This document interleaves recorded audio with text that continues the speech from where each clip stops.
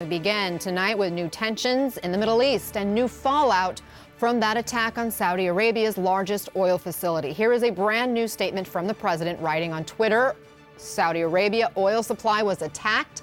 There is reason to believe that we know the culprit, are locked and loaded depending on verification, but are waiting to hear from the kingdom as to who they believe was the cause of this attack and under what terms we would proceed. He went on to say there's plenty of oil. Amid concerns this attack could affect markets tomorrow, a senior administration official also telling CNN earlier these strikes likely originated in Iran or Iraq.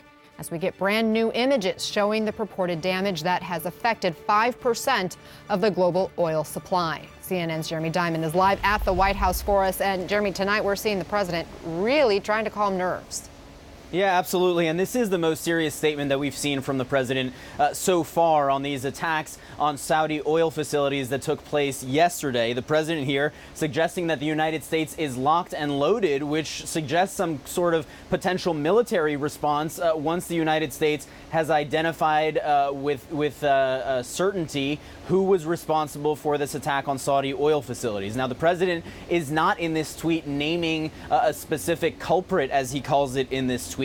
But what we do know is that U.S. officials, other than the president, have already begun to do so. The Secretary of State, Mike Pompeo, just yesterday directly blamed Iran for this attack on Saudi oil facilities. And today, I spoke with a senior administration official who said that this attack likely originated in Iran or Iraq. And of course, the notion being that even if Iranian forces did not directly undertake this attack, that it would have been undertaken by Iranian proxies in the region, militant groups that often have a very close command and control relationship with Iran and particularly its Revolutionary Guard Corps. So there are still questions about who exactly is responsible and whether the U.S.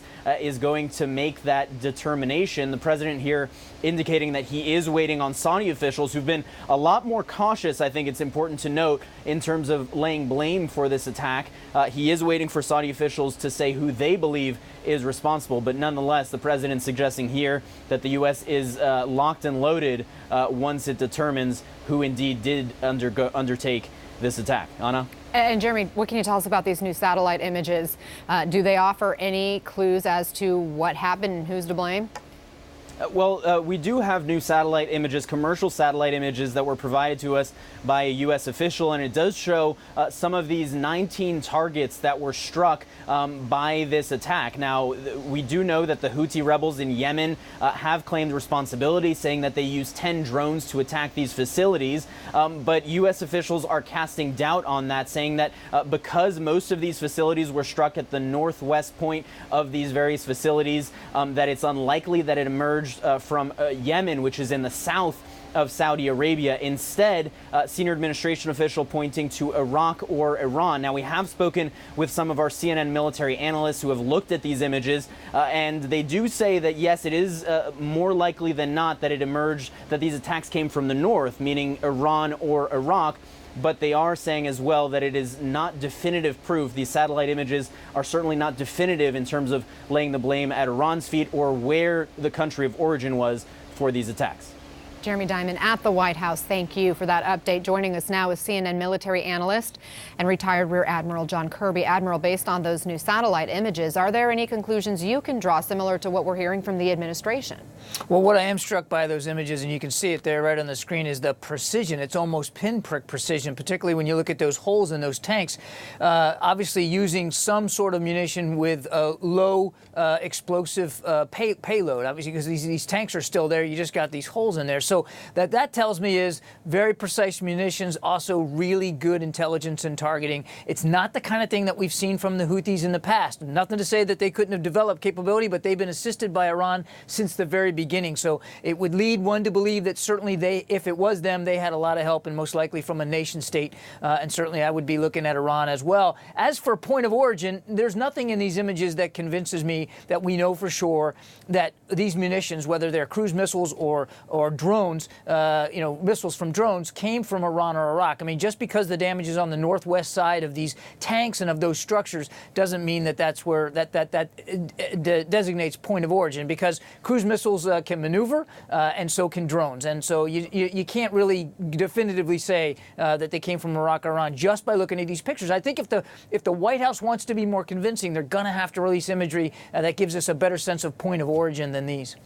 And the president says a lot in that most recent tweet we read at the top. He says they're waiting to hear from the Saudi kingdom now about who they believe is to blame. He's using words like locked and loaded. What does that tell you? What could this mean?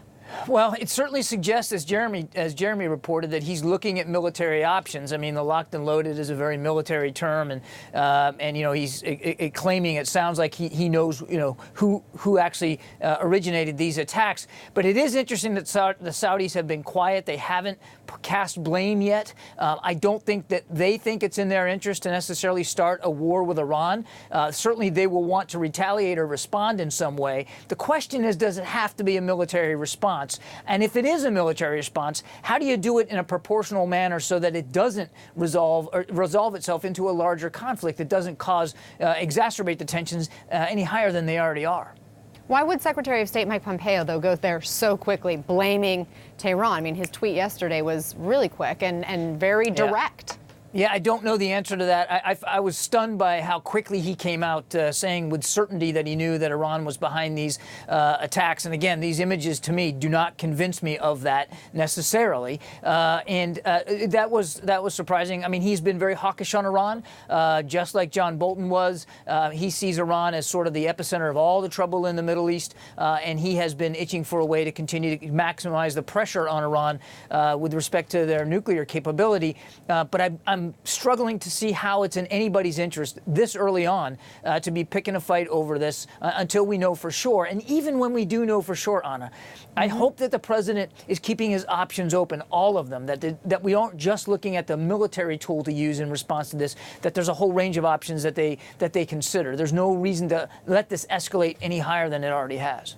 And in fact, Kellyanne Conway, the White House counselor, did say this morning that they had not ruled out meetings with the president and Rouhani, the president of Iran as well. Okay, Admiral John Kirby, thank you for being there for us.